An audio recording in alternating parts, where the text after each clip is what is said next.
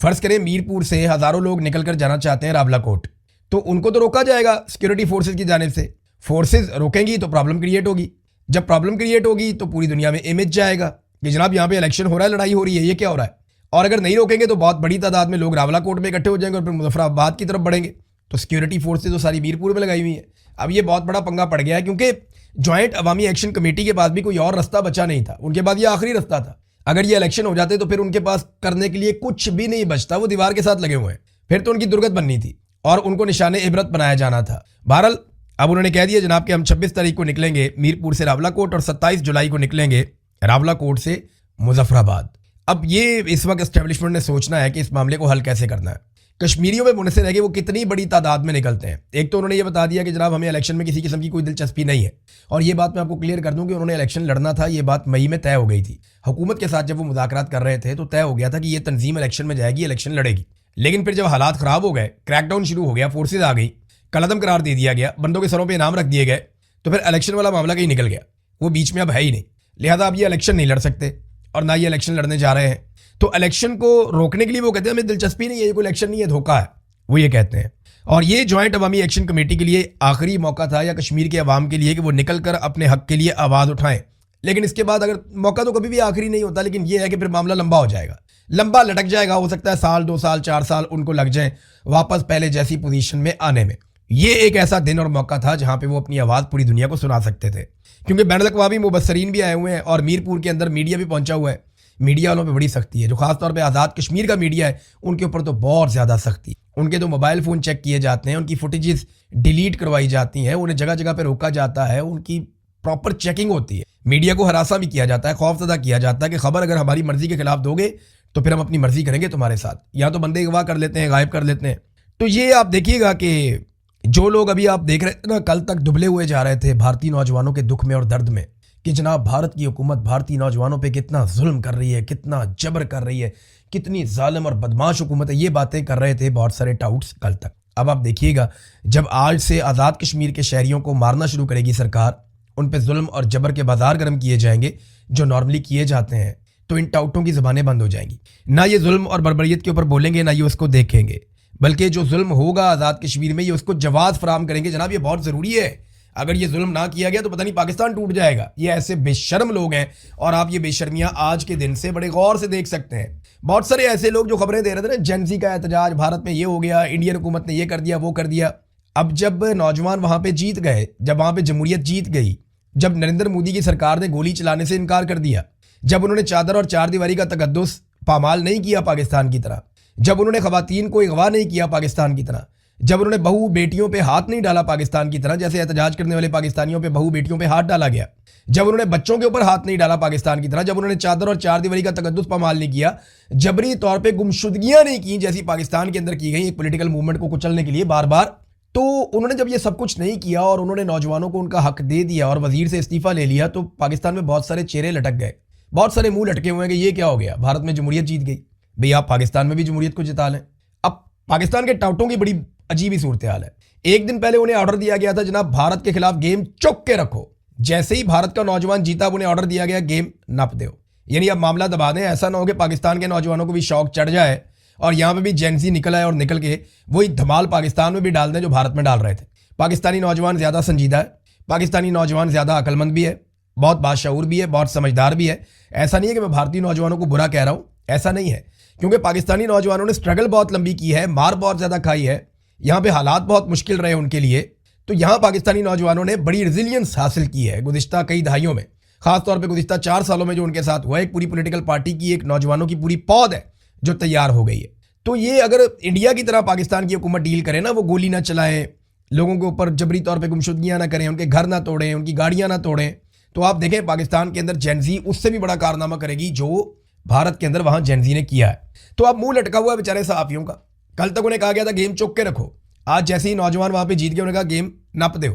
وجہ یہ ہے کہ پاکستان میں بھی اگر لوگ نکل آئے تو پاکستان کی اسٹیبلشمنٹ کو مصیبت پڑ جائے گی. ویسے تو مصیبت ایک بہت بڑی پڑنے والی ہے، ہمارے سامنے آ کر کھڑی ہے، میں آپ کے سامنے رکھ بھی دیتا ہوں. اس وقت پاکستان ایک بڑی مصیبت میں پھنسنے والا ہے، اس کے اشارے آ رہے ہیں اور میں آپ کو وقت سے پہلے آگاہ کر رہا ہوں، آنے والے وقت میں یہ چیزیں آپ کو دیکھنی پڑ سکتی ہیں. نمبر 1 تو امریکہ سے پاکستان نے $10 ارب مانگ لیے، بلا وجہ نہیں مانگے. یہ پیسے امریکہ دے بھی دے گا شاید پاکستان کو، لیکن یہ کون سا پیسہ ہوگا؟ یہ ادھار پیسہ ہوگا، اور اس پیسے پہ آپ کو ٹیکس دینا پڑے گا، یعنی آپ کو یہ پیسہ واپس چکانا ہے۔ یہ ایسا نہیں ہے کہ پاکستان کی گود میں ڈال دیا امریکہ بھول گیا، نہیں ہوگا، یہ پیسہ آپ کو امریکہ کو واپس دینا پڑے گا۔ ایک ایک پاکستانی یہ پیسہ واپس چکائے گا، اور پیسہ واپس نہیں چکائے گا تو پھر اس کی قیمت چکائے گا، اور یہ پیسہ دینے کے بعد وہ بھول نہیں جائیں گے، وہ آپ سے کام کروائیں گے۔ کام آپ سے وہ کیا کروائیں گے یہ آگے چل کے آپ کو بتاتا ہوں۔ ایک تو امریکہ سے پیسہ مانگ لیا، سعودی عرب سے پیسہ بھی مانگ لیا، تیل بھی مانگ لیا، قطر کے ساتھ بھی ہم ایک دفاعی معاہدہ کرنے جا رہے ہیں۔ یاد رکھیے جتنے بھی پاکستان دفاعی معاہدے کر رہا ہے، پاکستان میں کابینہ کو بھی نہیں پتا، پاکستان کے پارلیمان کو بھی نہیں پتا، پاکستانی بالکل نہیں جانتے کہ پاکستان کون کون سے معاہدوں میں جا رہا ہے۔ ڈونلڈ ٹرمپ کے ساتھ پاکستان نے کون سی باتیں طے کی ہم نہیں جانتے، ہم نے سعودی عرب کے ساتھ کون سا دفاعی معاہدہ کیا، اس میں کیا چیزیں طے ہوئی ہم نہیں جانتے، قطر کے ساتھ ہم کیا معاہدہ کرنے جا رہے ہیں ہمیں بالکل آئیڈیا نہیں ہے کہ کیا ہوگا۔ حوثیوں کو پاکستان نے وارننگ دی، یہ بھی اب آپ کے سامنے ہے، اور ایک دم سے پاکستان میں ٹاؤٹس ایران کے خلاف ہونا شروع ہو گئے، یہ بھی آپ دیکھتے جائیے۔ بھی اسرائیل خود کو اس جنگ سے ابھی باہر رکھ رہا ہے تاکہ مسلمان ملکوں کو ایران سے لڑنے میں آسانی رہے، کیونکہ اگر اسرائیل ایران سے لڑے گا تو مسلمان ممالک ایران کے ساتھ نہیں لڑیں گے، کیونکہ اسرائیل کے شانہ بشانہ لڑنا مسلمان ملکوں کے لیے بہت مشکل ہے۔ ہاں امریکہ کے شانہ بشانہ ماضی میں بھی لڑیں، ابھی بھی لڑ سکتے ہیں۔ تو یہ جو کریڈٹ ریٹنگ بھی پاکستان کی بہتر دکھائی جا رہی ہے تاکہ پاکستان کو مزید قرضے ورضے مل جائیں، حکومت آسانی میں ہو جائے۔ دیکھیں اس حکومت کے پاس جو ہے نا وہ نظام چلانے کے لیے اب دو رستے بچے ہیں، کیونکہ معیشت تو چلی نہیں، لوگ تو پیسہ بنا نہیں رہے، پیسہ بنائیں گے تو پیسہ اکٹھا ہوگا، ٹیکس آئے گا، حکومت چلے گی، گورنمنٹ چلے گی، نظام چلے گا۔ یہ نظام کو چلانے میں مکمل طور پہ ناکام ہو گئے ہیں، معیشت نہیں چلی۔ اب ان کے بعد دو رستے بچے ہیں۔ نمبر ایک، یہ سوچیں کہ کہاں کہاں سے عوام کی جیب کاٹی جا سکتی ہے، لیوی لگا کے، بجلی کی قیمت میں، گیس کی قیمت میں مہنگائی کر کے، کچھ بھی کر کے، عجیب و غریب قسم کے ٹیکسز لگا کے عوام کی جیب کہاں کہاں سے کاٹی جا سکتی ہے۔ ایک تو ان کے ساری توجہ اس بات میں، روزانہ کی بنیاد پہ پیٹرولیم مصنوعات کی قیمتیں بڑھتی ہیں۔ میں پاکستانیوں کو مبارکباد پیش کرتا ہوں کہ گزشتہ ایک ہفتے میں صرف ایک مرتبہ ایسا ہوا کہ پیٹرولیم مصنوعات کی قیمتیں نہیں بڑھیں، اور وہ تھی کل کی رات۔ تو پاکستانیوں کو مبارکباد کہ کم سے کم ایک رات ایسی تھی کہ جب پیٹرولیم مصنوعات کی قیمتیں نہیں بڑھائی گئیں، اور آج کے دن میں وہی ہیں جو کل کے دن میں تھی۔ تو ایک تو ان کے بعد رستہ یہ ہے کہ عوام کی جیبیں کاٹیں جیسے تیسے کر کے، دوسرا رستہ یہ ہے کہ جتنے ہو سکیں یہ قرضے حاصل کریں۔ عوام کی جیبیں کاٹیں گے تو عوام کی طاقت کم ہوتی چلی جائے گی اور وہ کمزور ہوں گے، اور جب قرضے حاصل کریں گے تو عوام اور پاکستان مزید کمزور ہوگا، کیونکہ یہ قرضے عوام کو ہی واپس کرنے ہیں اور پاکستان پہ بوجھ پڑے گا۔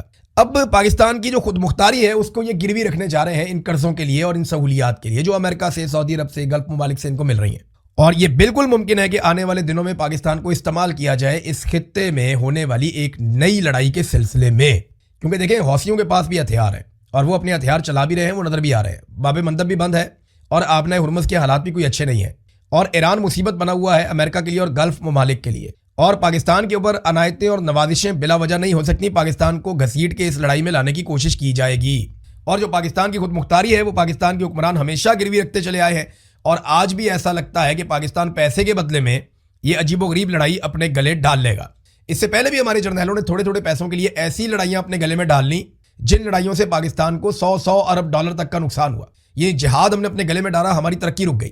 دوبارہ ہم نے امریکہ کی جنگ اپنے گلے میں ڈالی، ہماری پوری کی پوری معیشت برباد ہو گئی، ہم سب سے زیادہ افیکٹ ہوئے تھے، برباد ہو گیا پورا ہمارا انفراسٹرکچر، ہمارا سٹرکچر پورا تباہ ہو گیا، سوسائٹی پوری برباد ہو گئی۔ لیکن ملا پاکستان کو کیا؟ چند کوڑیاں، بہت تھوڑا پیسہ ملتا ہے، بہت زیادہ قربانی دینی پڑتی ہے۔ ایک مرتبہ پھر پاکستان اس رستے پہ چل رہا ہے، میں آپ کو وقت سے پہلے بتا رہا ہوں۔ اور ایک آخری چیز میں آپ کو جاتے جاتے بتاؤں، بہت سارے لوگوں کے پیٹ میں مڑوڑ اٹھتے ہیں اور وہ یہ بات کرتے رہتے ہیں کہ جناب موروثی سیاست، موروثی سیاست۔ میں ان بے شرموں کو بتانا چاہتا ہوں کہ موروثی سیاست ہوتی کیا ہے۔ حمزہ شہباز نے وزیر اعظم ہاؤس کے فلور نمبر 6 کے اوپر یہ جیو نیوز کی خبر کے مطابق اپنا دفتر بنا لیا، اور وہاں پہ وہ پولیٹیکل اور انتظامی معاملات کو دیکھے گا، کس کو کیسے فنڈ دینے ہیں، کس کے ساتھ کیا کرنا ہے، کس کا کام کروانا ہے، کس طریقے سے کام کروانا ہے، کس کیپیسٹی میں۔ بھائی صرف اس کیپیسٹی میں کہ وہ شہباز شریف کا بیٹا ہے تو وہ وزیر اعظم ہاؤس کے اندر گھس کے اپنا دفتر بنا لے گا اور دفتر میں بیٹھ کے نظام کو کنٹرول کرے گا۔ یہ فیملی لمیٹڈ ہے، یہ ایسے ہی نظام چلاتے ہیں، اور ان کو ہمارے اوپر اس مرتبہ مسلط کیا فیلڈ مارشل حافظ سید عاصم منیر صاحب نے، اور پوری قوم اس کی قیمت چکا رہی ہے، ہر فیلڈ میں چکا رہی ہے، چاہے وہ معیشت، چاہے دہشت گردی۔ دیکھیں میں آپ کو چھوٹی سی مثال دیتا ہوں۔ انڈیا میں 22 لاکھ نوجوانوں نے امتحان دیا اور 22 لاکھ لوگوں کا امتحان چوری ہو گیا۔ دیکھیں کیا حال کیا انہوں نے، کھا گئے وزیر کو بھی، وزیر اعظم کو دیوار سے لگا دیا، پورا نظام پریشان ہو گیا۔ ادھر پاکستان میں 25 کروڑ لوگوں کا الیکشن چوری کر دیا، پورے پاکستان نے ووٹ دیے، وہاں پہ ایک چھوٹا سا امتحان چوری ہوا، دیکھیں کیا ہوا ادھر۔ اور وہ ہر سال ہوتا ہے، یہاں 5 سال کے بعد ایک الیکشن ہوتا ہے، 25 کروڑ لوگ ہیں، ان کا الیکشن چوری ہو گیا، اور کوئی جواب دینے کو تیار نہیں ہے. جب تک آپ ان سے جواب نہیں مانگیں گے نا تب تک ملک آگے نہیں بڑھے گا. اور ملک اب آگے بڑھنا ہوگا ملک کو. وجہ یہ ہے کہ سب کے پاس راستے ختم ہو رہے ہیں. اب اگر سہیل آفریدی اور ان کے ساتھی حقیقی اپوزیشن نہیں کرتے تو تیاری کریں. وہ بھی اب تاریخ کے اندر صرف ان کا نام لکھا جائے گا کہ ایک سابق وزیر اعلیٰ ہوا کرتا تھا. لوگ انہیں یاد نہیں رکھیں گے. لوگ انہی کو یاد رکھتے ہیں جو حق کے ساتھ کھڑے ہوتے ہیں اور اس کے لیے قیمت چکانے سے بھی نہیں ڈرتے. اب تک کے لیے اتنے. اپنا خیال رکھیے گا. اپنے اس چینل کا بھی اللہ حافظ.